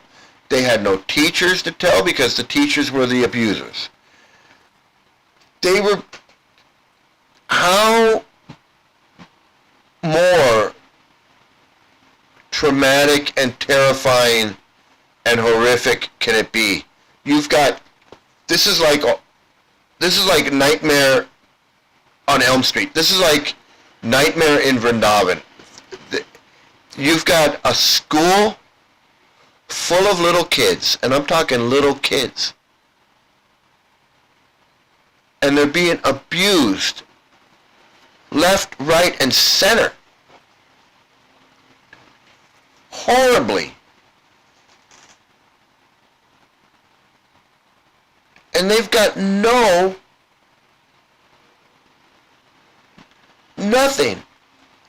They can't go to the police.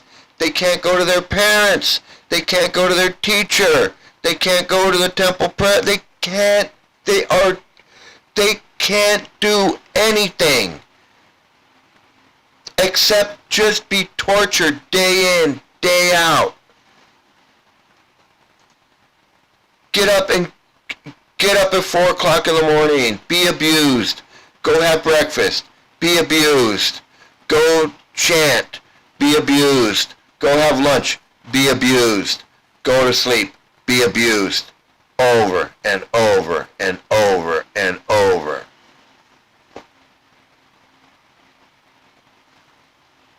And he wants to make it sound like that could happen anywhere. Like that's like anybody can be abused anywhere. This is disgusting. This is beyond what anyone can even imagine. What happened to these kids is beyond what anyone can even imagine you could do to a little kid.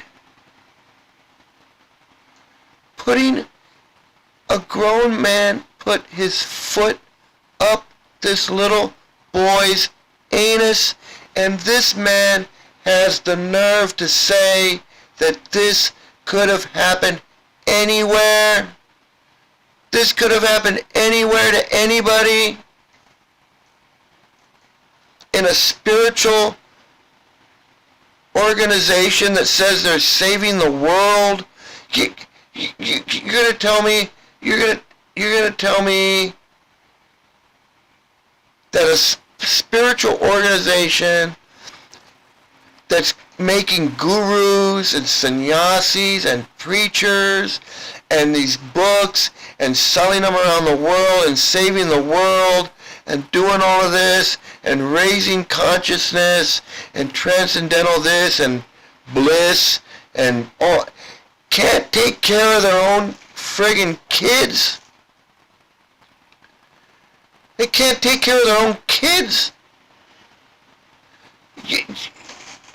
This guy's got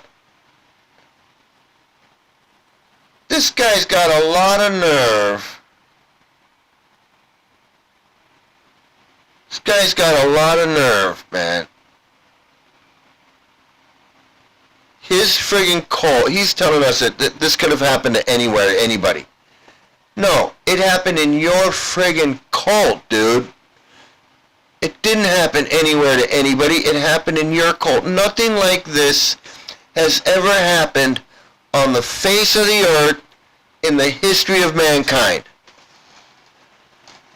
Where an organization, a spiritual organization that's going to save the world, has created a concentration camp for kids where they could be systematically abused over and over and over again. Dude, you are delusional if you think that is like that could just happen like anywhere. This guy is out of his mind, and people believe it. I believed it for a while. I was like, yeah, well, you know, abuse, Hare Krishna abuse, Catholic Church, any, you know, yeah, it can happen anywhere. No. And if it did happen, they can be brought to justice, but not in the Hare Krishnas. It's just disgusting. This is friggin' disgusting. And it's not that it happened years ago. This is happening now. Today. Same mentality, same different people, same mentality. Same cult, same people, same mentality. Nothing's changed. Those little kids, those grown men were abused when they were little boys, and you saw them tell their story when they were grown, so you know that their whole life, they grew up their whole life, and it's still going on. There were little kids being molested when they were telling their story, and they've grown up, and now they're telling their story. And if you don't believe me, here's one of them. I also grew up in Islam Gurukulas, and also witnessed. And I don't know, should I mention now how I came across the Lokanath Swami case or later? Let's get to that shortly. Let's hear from Krishna Devata as well. Okay. Hare Krishna, my name is Krishna Devata. A lot of people call me KD. I also grew up in Islam Gurukulas, and also witnessed many people around me were abused, and also, you know, as our community of our international community grew, you know, from as we had the Gurukula reunions and such, then these stories became really common, and you know, certain themes arose, and there's a lot of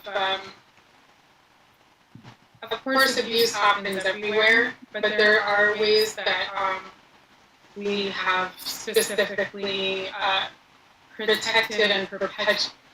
Okay, so I just want to I want to get back to that again, because it's just a recurring theme. It's a recurring lie. It's a recurring thing. They even got the victims believing that this happens everywhere. Because, and I'm going to tell you why. Because the Hare Krishna philosophy is that the karmis, the non-devotees, the normal people, the non-devotees, the karmis, the bad people, they're so bad. They're just so bad. They're drug addicts and sex fiends and pedophiles and rapists and murderers, and they eat meat and they gamble and they have sex and they do all these horrible things. So naturally the material world is full of horrible people that do horrible things. So that's why they believe this. Well, this could happen anywhere. Abuse can happen anywhere. Because you karmis, you guys are doing horrible stuff all the time. Like your whole karmi world is just full of drug addicts and molesters and rapists and murderers and drunkards and drug addicts and meat eaters and fornicators, and that's what they think. So they're in their minds, they're thinking, well, we had some abuse, and you know, we got some abuse, yeah, but it's no different than you guys. You guys out there have abuse. So why are you pointing the finger at us? That's what she's saying. And look, she grew up in the Hare Krishnas. She saw abuse. She says when I got older and I went to the reunions, when all the kids go to the reunions, my daughter went to a couple of those reunions. So when all the kids would gather, because they're like, you know, it's like a graduating class. It's like all these second generation kids, they went through so much abuse and trauma that they all stick together, and it's like they got their own community. And it doesn't matter how old, whether they could be 35 and 15. They all stick together because they've all been abused. And if they haven't been abused, they've saw abuse. And it's from my experience, I find it hard to believe when they say, I wasn't abused, but I saw it. Or I wasn't abused, but my friend was abused. or I wasn't abused, but everybody in my class. I don't understand how these. I understand that not everybody had to be abused, but I just don't understand how abuse could be so rampant, and it is, because there's so many that say they were abused, but there were so many that weren't abused, but they saw it. They were there. They saw it. They witnessed it. They heard it. They heard about it. I don't. But anyway, she was there. She saw it. She heard it. And then when she grew up, she heard even more. She was like, whoa, it's even more than I thought it was. She's like, I knew it was bad, but I didn't know it was this bad. And she still wants to say it can happen anywhere. It's just like it's just like the outside world. The outside world's got abuse. We got abuse. No, no. First of all, you grew up in the Hare Krishna, so you don't even know what the outside world is like. You don't even know what public school is like. You don't know what it's like to go to the public library. You don't know what it's like to get on the subway and take a subway trip downtown. You don't know any of those things because you never did any of those things. You're a Hare Krishna. You were brought up in the Hare Krishnas. You lived in the Hare Krishna community. You live this sheltered life like a Scientologist. You don't venture out. You didn't go. You never went to McDonald's or went to Disneyland or went on vacation to the national park or did any of those type of things. You did Krishna things. Went to India. Went to a Hare Krishna temple that you never been before. That was your vacation. Was going to New Taliban in Mississippi to the farm to. Well, we're gonna go check that out. We're gonna go. You didn't grow up in a normal. You didn't grow up in a normal situation, a normal community. So you don't know. You don't know what it's like to go to public school, so you don't know how dangerous or not dangerous or what it's like to go to the mall, to the shopping mall. You think that going to the shopping mall, the kids are getting snatched from the mall all the time. No. If a kid gets snatched at the mall, we hear about it. We hear about it. It's on the news. Like, little kid missing at the mall. Little kid snatched at the mall. Or these kids run away, or a little kid goes missing because the other parent took them. The other parent took them. Most of the time when a kid goes missing, it's a family or it's a custody thing. But there are kids that get abducted. Absolutely, I'm not saying it doesn't happen. But when we hear about kids, this little girl, I heard about this girl that she never made it to school, or she never made it home from school. She left school, got on the bus, got off the bus, but never made it home, and she's gone. Those things happen. Yeah, that happens. Absolutely, it happens. And it's sad, and we hope that she comes back. We whatever. Those things happen. But in the Hare Krishnas, that's a completely different world. You're in a self-contained community where everyone's being abused, no one's getting blamed, everyone's getting a free pass. It's not like it can happen anywhere. It's just, it really makes me angry that they want to justify their child abuse, their sexual abuse, their horrible track record and try to say, well, it's the same thing in the material world. The material world is full of people like that.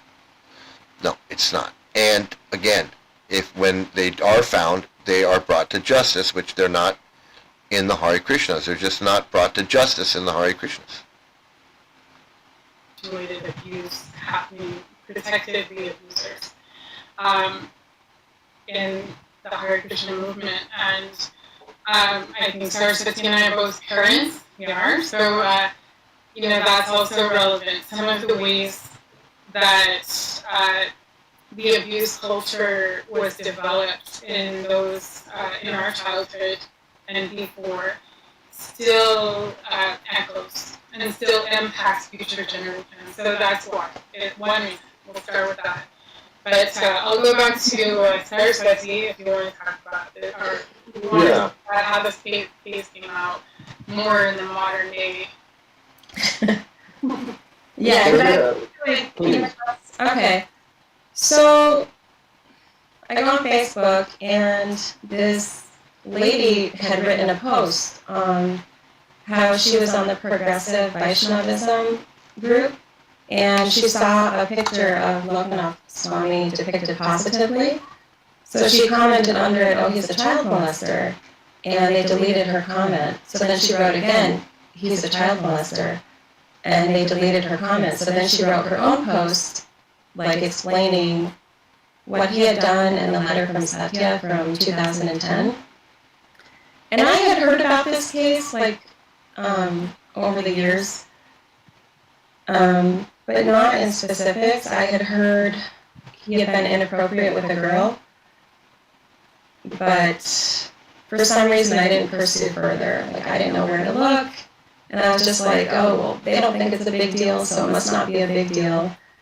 But then I knew someone who had a lot of documents on child abuse cases, so I asked that person if they could share what they had on Lokanath Swami, and so I read them, and I was like, I didn't go in to criticize. I was just like, I want to know what happened. But when I read the documents, I was like, wow, he's still a guru, and how does the victim feel like seeing him in pictures, sitting on a Vyasasan? Yeah, I mean, I set up. Okay, let me just comment real quick here.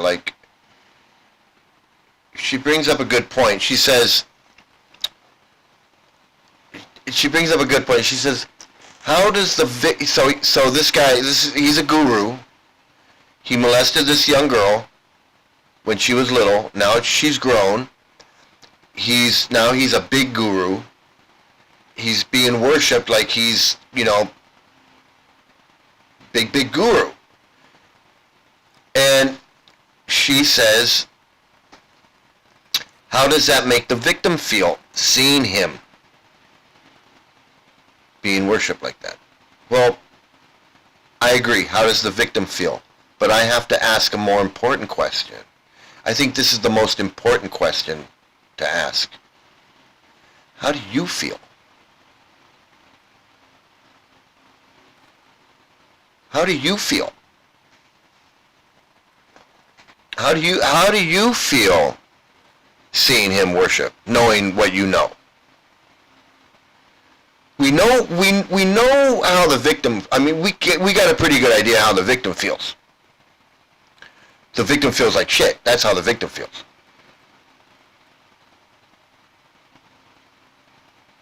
The victim feels like shit. Like, this guy molested me, and these people are washing his feet and drinking the water and all of these things like he's God. They're treating him like he's God. And he put his hands on me and touched me.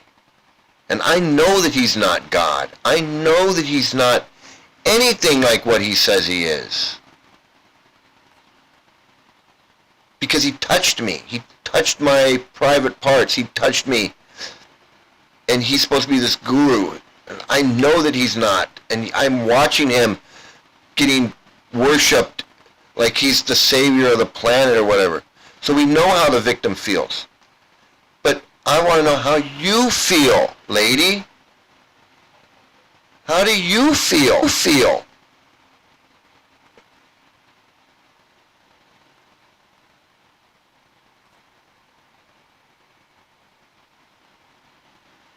She doesn't feel enough to say, hey, this is a friggin' cult. What the hell's going on here? What am I mixed up in? She doesn't think that. She doesn't think, I don't know what she's thinking, but she's definitely not thinking this is serious. This guy molested this little girl. We're not talking about, a grown woman. This is a guru who touched a little girl. He molested a little girl. And then they covered it up.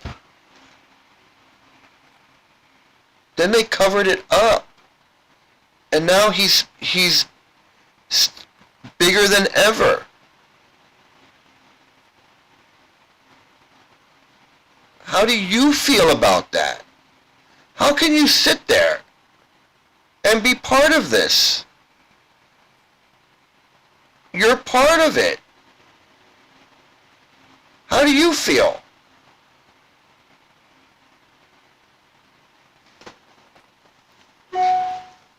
We know how the victim feels. How do you feel, dude?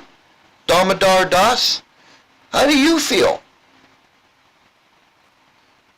You don't feel bad enough to leave. You don't feel like, oh my God, this is a friggin' cult.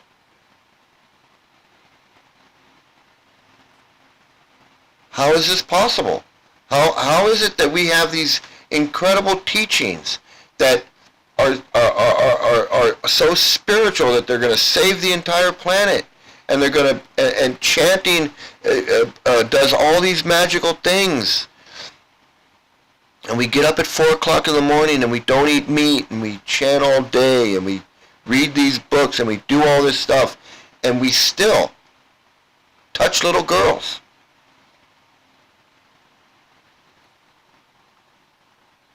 And when we find out that someone touches a little girl, we don't do anything about it. We're going to sit here and talk about it.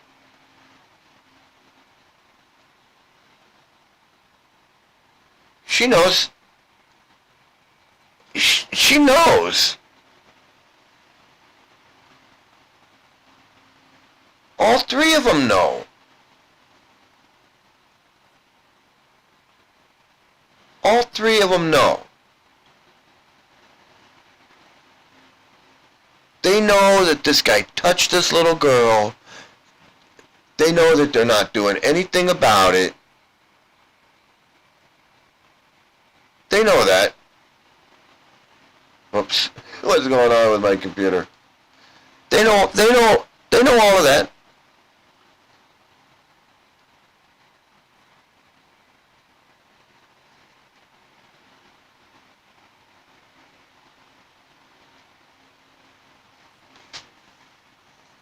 That's why they have that look on their face, all three of them. They all three have that look on their face, because they all know.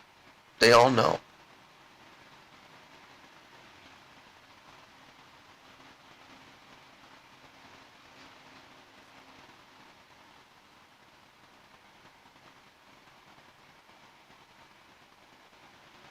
They all know. They all know that that little girl was molested by this guru. And nobody did anything about it. He didn't go to jail. He didn't even get a trial. He didn't even get, there was no police report. There was nothing. And the girl didn't get therapy or anything. I mean, maybe now she's got therapy because she's a grown woman. She can go have therapy if she wants. They didn't do anything for her when she was little. They blamed her. They said she was grown. They said she was overdeveloped. They said, the one guy said that, even though she was only 13, once a girl is menstruating, they're an adult. So that's how they think. Once a little girl gets her period, she starts menstruating, she's a woman.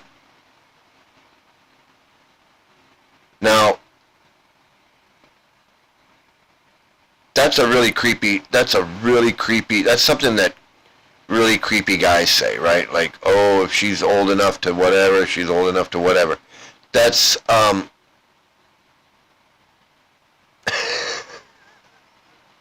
I shouldn't be laughing. I shouldn't be laughing, but, you know, and I'm not laughing because it's funny, but my daughter was 11, and this lady, the woman that they're talking about was 11. So it was pretty much the same situation that I went through.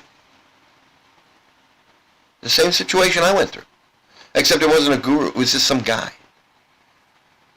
So it doesn't matter if it's a guru or just some guy, the cook, the guy that mows the lawn. It doesn't matter.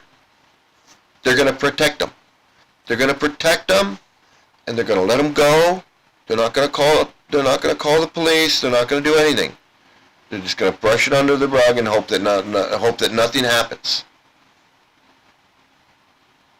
And that's exactly what they did with this guy.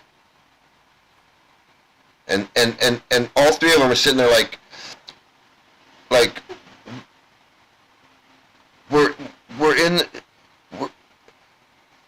this organization is letting this guy get away, and they're just like, yeah, they're talking about it, but I mean, how do you feel about? I mean, how do you really feel? What is your real feeling on this? Like, tell me how you really feel about this guy being worshipped like he's God when everyone knows that he molested this little 11-year-old girl.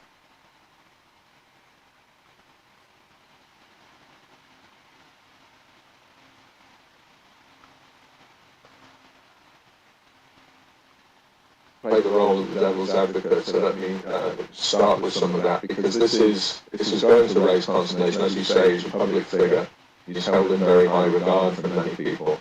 But many people may not welcome this, and may also be unaware, as you mentioned. One line of reasoning that I've heard in recent days is, look, this was 28 to 30 years ago.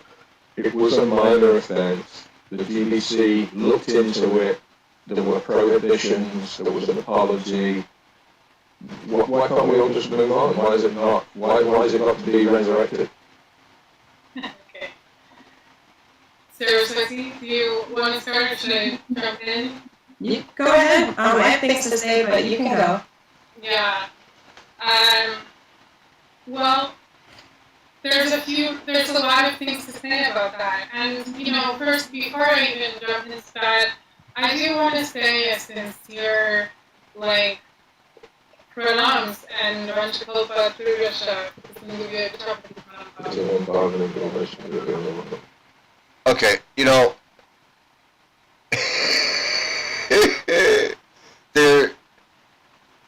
they're so brainwashed, and there's so much a Stockholm syndrome going on that they have to say they have to say their prayers. They have to do their little cult thing, and that is really, to me, that is like one of the saddest parts of this whole video. Is so much trauma. The woman was abused at 11 years old. She's now grown up. The guy that did the abuse, he's like a big guru now. This other guy even said that people are saying this was 30 years ago. It was a minor, first of all, he's saying it was a minor offense. When is molesting an 11-year-old girl a minor offense?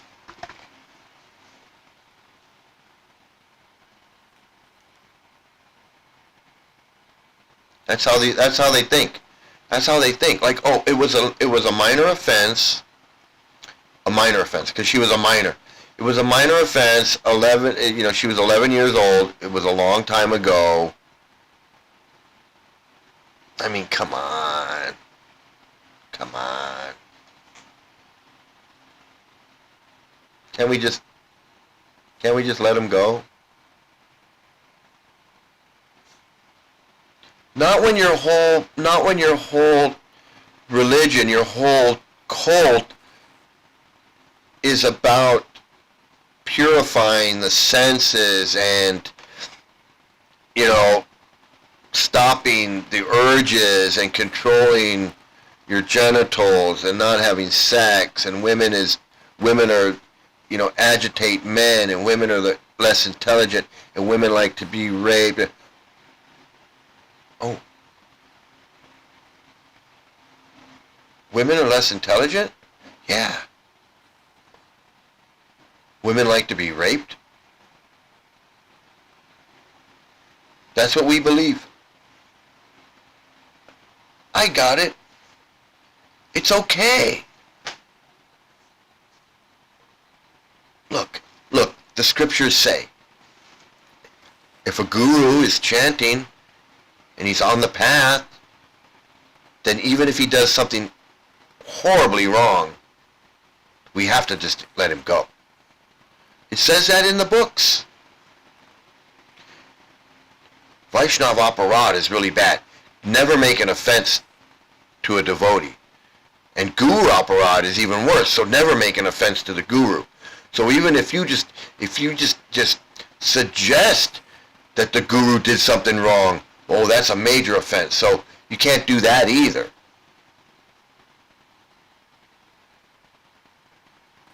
Women are less intelligent. They like to be raped. The guru can do no wrong.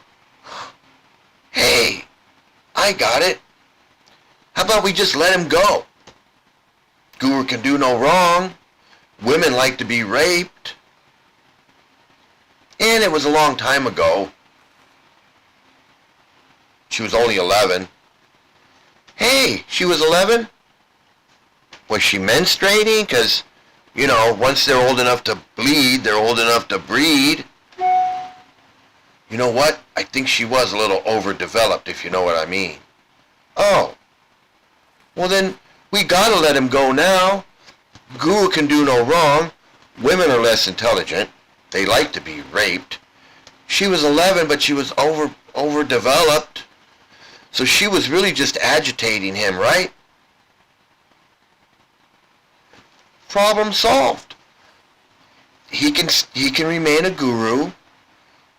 He can keep all his followers. He doesn't have to go to jail. We'll just let him go. We'll just let him go.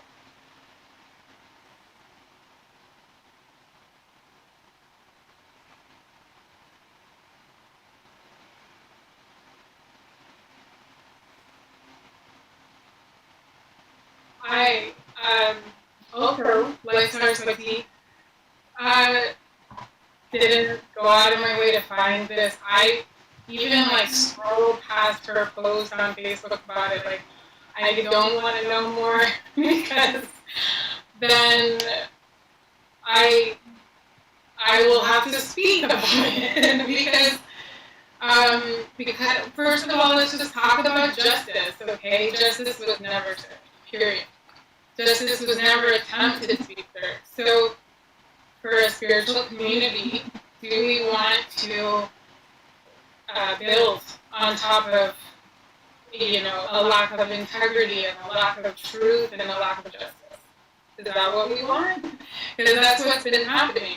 So, as far as I know, the police were never, I don't know all the details, maybe you know more, Saraswati, but it seems to me that the cover-up that GBC addressed it is really the problem. The GBC addressing it is what we want to get at.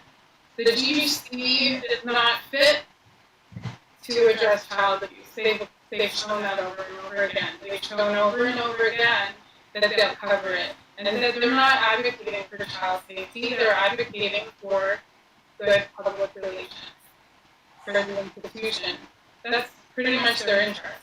So they've only addressed child protection when the public relations became too difficult. So unfortunately, they put us in a situation where the only way to deal with some of these issues is to bring it into the public, because it will never. Okay, so I wanted to say, I think I'm going to finish up here and say, you heard it right from her that, you know, the police are not called, justice is not served, not even the appearance of justice. The people that are in charge and taking over and looking into these things and making decisions are not qualified to do that. They don't know anything about child protection. They don't know anything about child abuse. They're the ones that are causing the abuse. Like, how do you cause abuse and then you're going to handle the abuse? It makes no sense. But nobody there can see that. The only way your eyes can be open to that is if you go through it. Like a lot of people have gone through it and they leave and they like me, they leave and go through it. But a lot of people, they go through it and they don't see it. Like these people, they can sit here and talk about how the organization is so wrong about everything. They're just so wrong about everything. And they just cannot see. They just cannot see it. They think that it's something else. Like they recognize, you know, the girl can recognize that they can recognize that there's no justice. They can recognize that nothing's getting done. They can recognize that the people in charge are not qualified to be in charge or able to make a decision. They can see all of these things. But they can't see that that's what this cult is. They want to believe that it's something else. It can't be us. Yes, it's you. It's you. You staying in the cult and putting up with this stuff is the problem. That's why I left. I could not go along with it. Going along with it is the problem. They wanted me to go along with it. They wanted me to just go along with it. They're like, Sri Mukunda. 11-year-old girls are, it's okay. That's okay. He's not a molester, okay? He was set up. He didn't really do it. Even if he did it, it's not wrong. It was that type of thing. It was like a whole thing. But I could see.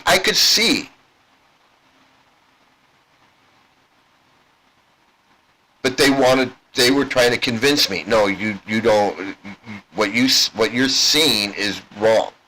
You're not seeing, you just listen to us. And I was like, no, I'm out. I'm out.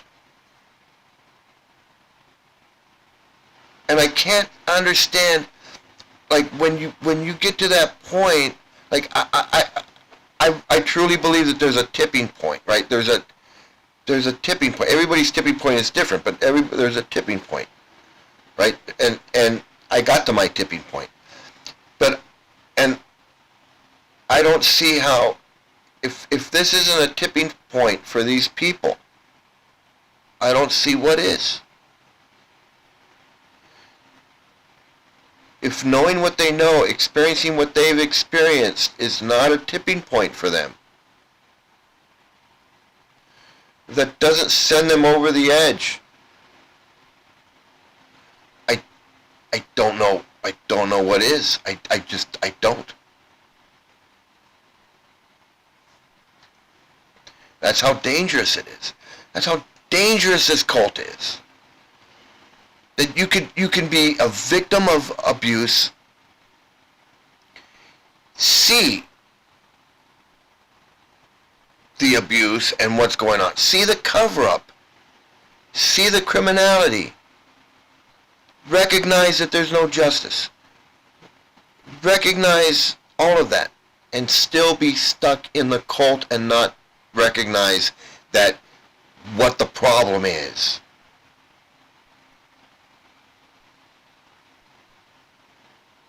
That's how dangerous it is. That's how manipulative it is. That's how controlling it is. They don't have to come out and lead you Low back battery. in physically Discharge. and kidnap you and take you to a tunnel room or a retreat out in the middle of the desert or a retreat in the sequoia somewhere. They don't have to do all that. They got you mentally manipulated to where you're self-regulating, to where you can see somebody put their foot up another kid's butt, and you're just like, I don't know, I guess it's his karma.